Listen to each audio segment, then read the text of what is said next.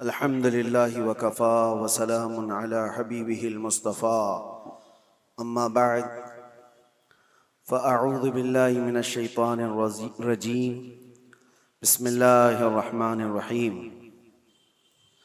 والذين جاءوا بالصدق وصدق به أولئك هم المتقون صدق الله مولانا العظيم۔ بارگاہ رسالت مواب صلی اللہ تعالی علیہ وسلم میں درود پاک کا ہدیہ پیش کریں۔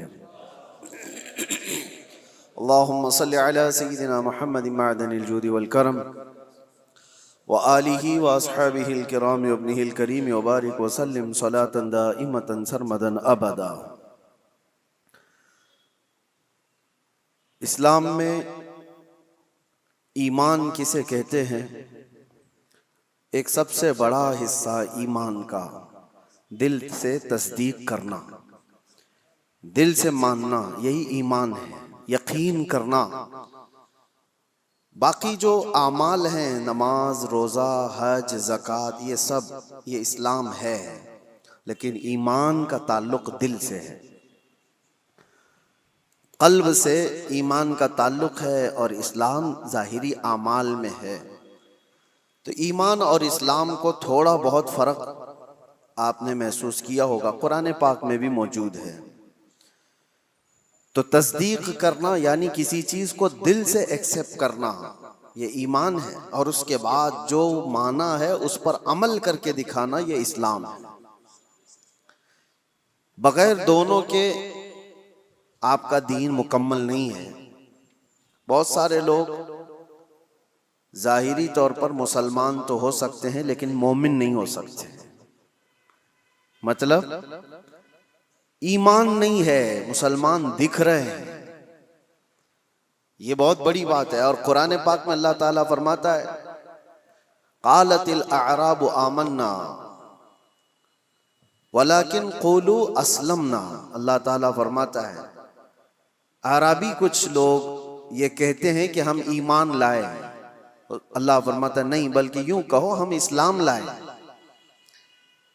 ایمان اور چیز ہے اور اسلام اور ہے، اور دونوں کی تکمیل کے بعد وہ اس کا دین مکمل ہے۔ اب میں آپ کو سب سے پہلی چیز بتاتا ہوں، تصدیق، دل کی تصدیق کیا ہے۔ اللہ کے نبی صلی اللہ تعالی علیہ وسلم نے فرمایا اللہ ایک ہے، اس کو مان لیا، یہ تصدیق ہے۔ رسول پاک صلی اللہ علیہ وسلم نے فرمایا کہ میں اللہ کا آخری رسول ہوں، مان لیا، یہ تصدیق ہے۔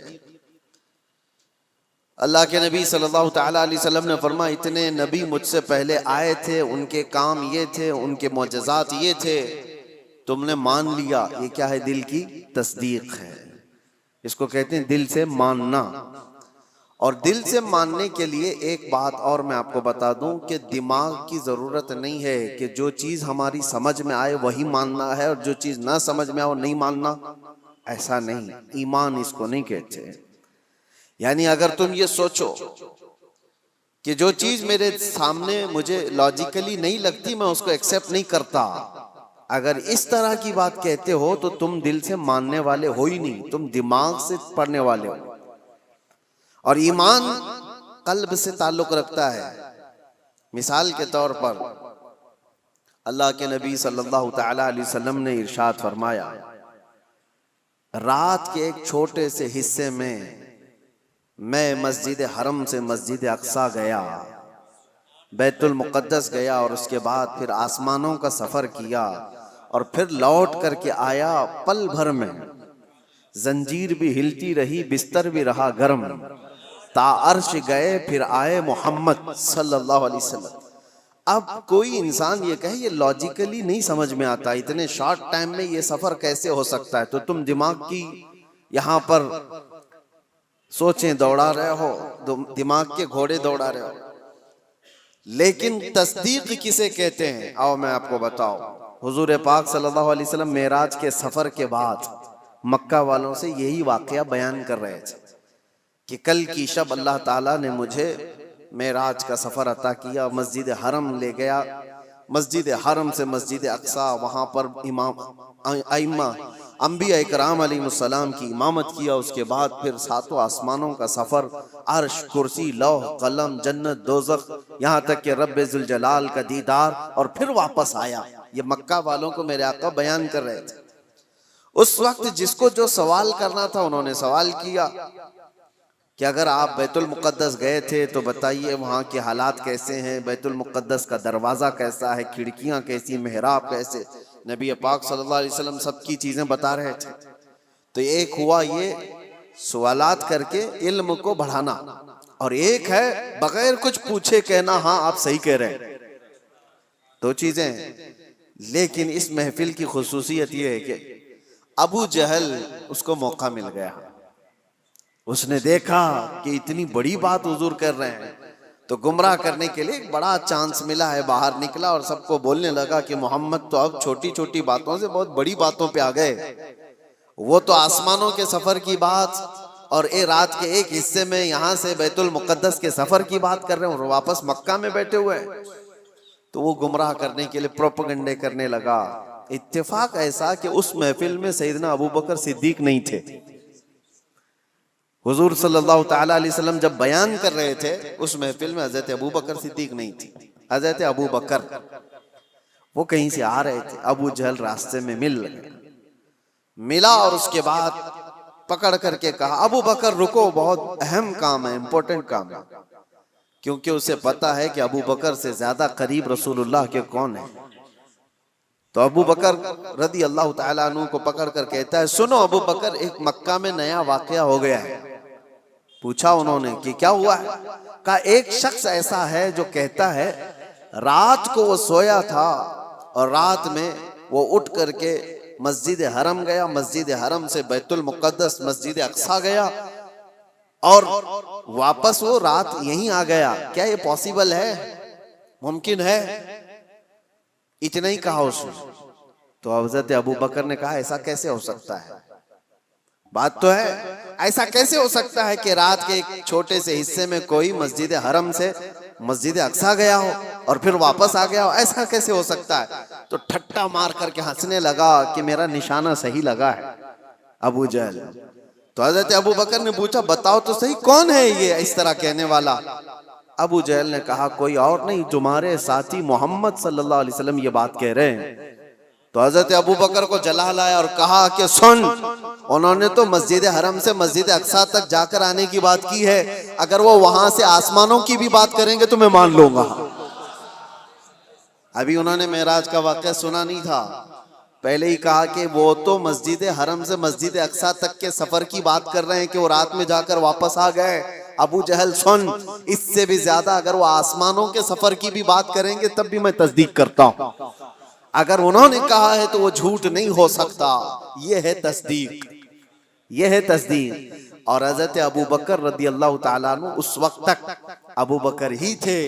جیسے ہی یہ واقعہ ہوا اور محفل رسول میں تشریف لائے تو نبی پاک صلی اللہ تعالیٰ علیہ وسلم نے آپ کو صدیق کہہ کر کے پکارا تھا، یہ تصدیق کرنے والا۔ اور نبی پاک صلی اللہ تعالیٰ علیہ وسلم کی ہر بات کو من و عن ماننے والے حضرت ابوبکر صدیق، ایمان اس کو کہتے ہیں میرے عزیزو۔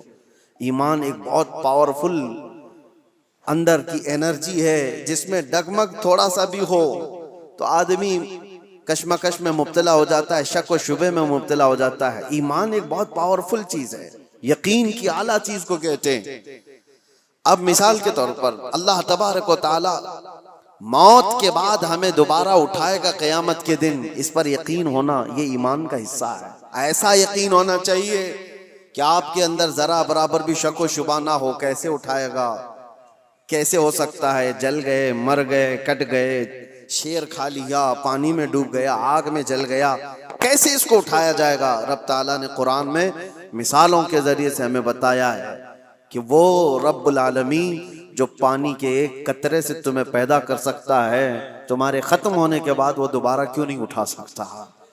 ایک نطفے سے جو انسان کی شکل تمہیں دے سکتا ہے وہ تمہاری راکھ سے دوبارہ کیوں نہیں اٹھائے گا؟ تم ہوا میں تحلیل ہو جاؤ۔ تو یقین ایک اعلیٰ چیز ہے۔ حضرت ابوبکر صدیق رضی اللہ تعالیٰ عنہ کی ذات سے ہمیں یہ چیز ملتی ہے، یقین ہو تو ایسا ہو۔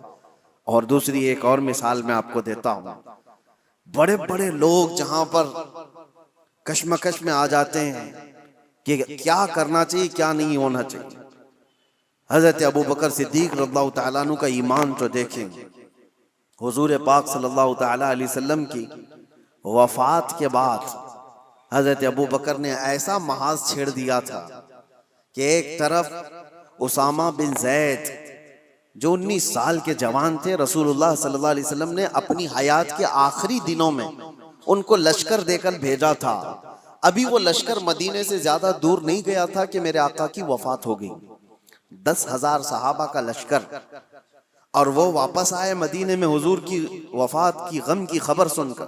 یہ بات حضور کی وفات ہوتے ہی چند دنوں کے بعد ایک فتنہ اور پھیل گیا کہ ایک دوسرا شخص مسیلمہ کذاب، اس نے اپنے نبی ہونے کا دعویٰ کر دیا، حضور کی وفات کے بعد اس نے نبوت کا دعویٰ کر دیا اور اس نے اپنی ایک جماعت بنا لی۔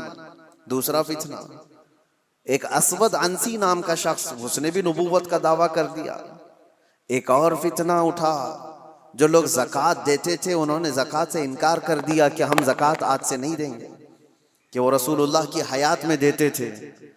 تو یہ ایک ساتھ اتنے فتنے کھڑے ہو گئے اچانک، اور حضرت ابو بکر صدیق زمام خلافت کو سنبھالے ہوئے۔ تو آپ نے اسامہ بن زید سے کہا جو رسول اللہ نے تمہیں جہاں بھیجا ہے نکل جاؤ لشکر دے کر، جو صحابہ۔ تو حضرت عمر نے کہا روک کر کے کہ ابھی مدینے میں ضرورت ہے، اتنے فتنے ہیں، آپ اس لشکر کو روک لیجئے، اتنے 10 صحابہ سب چلے جائیں گے جنگ میں، کیا ہوگا؟ حضرت ابو بکر نے کہا قسم رب ذوالجلال کی، جس فیصلے کو میرے رسول نے نافذ کیا، میں ابو بکر ہوتا کون ہوں اس کو واپس لینے والا۔ اللہ کے نبی صلی اللہ علیہ وسلم نے اس لشکر کو روانہ کیا ہے، میں اس کو واپس نہیں ہوں۔ ان کو سوار کیا اور پورے لشکر کو روانہ کیا۔ پھر پوچھا حضرت عمر نے باقی ان لوگوں کا کیا ہوگا؟ یہ مسیلمہ کذاب ہے، اسود عنسی ہے، یہ منکرین زکوٰۃ ہیں، ان کا کیا ہوگا؟ حضرت ابو بکر نے کہا مدینے کے جتنے لوگ ہیں سب جمع ہو۔ چھوٹی سی ایک فوج مسیلمہ کذاب کے خلاف بھی، اسود عنسی کے خلاف بھی بھیجا، اور اس کے بعد پھر زکوٰۃ کے منکرین ان کے پاس بھی تقاضا کرنے کے لیے۔ تو حضرت عمر نے کہا ایک ساتھ اتنے سارے محاذات پر کیسے آپ لڑو گے؟ تو حضرت ابو بکر صدیق اس وقت کیا کہتے ہیں سنو۔ آپ نے کہا اے عمر، اسلام لانے سے پہلے جو تمہارے اندر جلال تھا وہ کہاں چلا گیا؟ جو جوانی کے جوہر تھے تمہارے وہ کہاں چلے گئے؟ یہ کیسی بات کر رہے ہو؟ اللہ کی قسم مدینے والوں کے چھیتڑے اڑ جائیں تب بھی میں خاموش نہیں بیٹھوں گا، کیونکہ میرے رسول کے دین کا مسئلہ ہے۔ اور سب کو نافذ کیا، اور اللہ نے ہر جگہ فتح مبین عطا فرمائے۔ جتنے محاذ، ایمان ایسا قوی تھا کہ آپ کو اللہ کی ذات پر ایسا بھروسہ۔ ایک اور مثال میں آپ کو بتاتا ہوں۔